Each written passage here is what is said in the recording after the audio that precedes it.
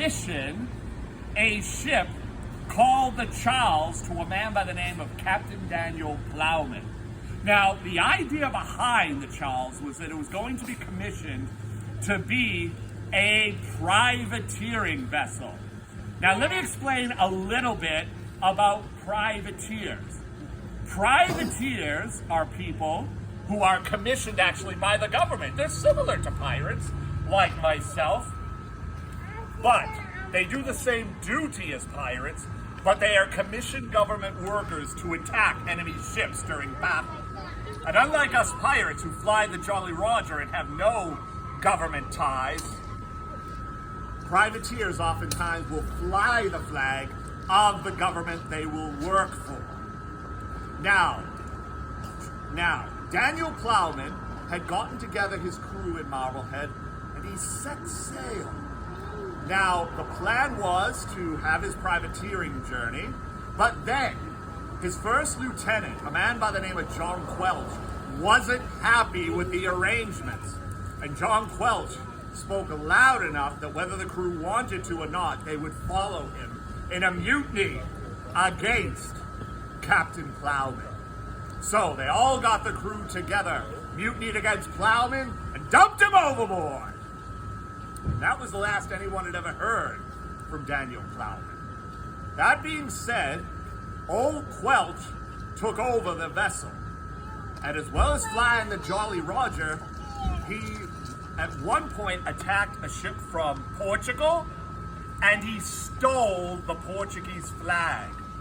Now, was he Portugal? Because it was common at the time for pirates to fly flags from where they were from as well. Now, was he Portugal? He was not. Nor were any of his crew. So why would he fly a flag from a society he wasn't from? Well, it's very, very simple. Portugal was neutral territory, meaning they didn't fight for any government and they were a peace nation. So when ships would approach, they would see the Portugal flag waving high in the air and they would assume that it was a peaceful Portugal ship. But then, once the ships got close enough in range, Quelch would give orders. Lower the Portugal flag and raise up the Jolly Roger. And they'd raise the pirate flag and attack and pillage the ship. Now this gave old Quelch a clear advantage for attacking these ships, as he attacked about 12 ships before returning to Marblehead. Now once back in Marblehead, his crew dispersed. But sadly, old Quelch was captured and arrested. He was forced to stand trial and was found guilty of his crimes of piracy. So, Quelch was then taken, and then he had to be hung by the noose, and then they cut his body down and tarred and feathered it. Then they would hang the body back up, facing out towards the ocean. Now the idea for this is it was called gibbeting.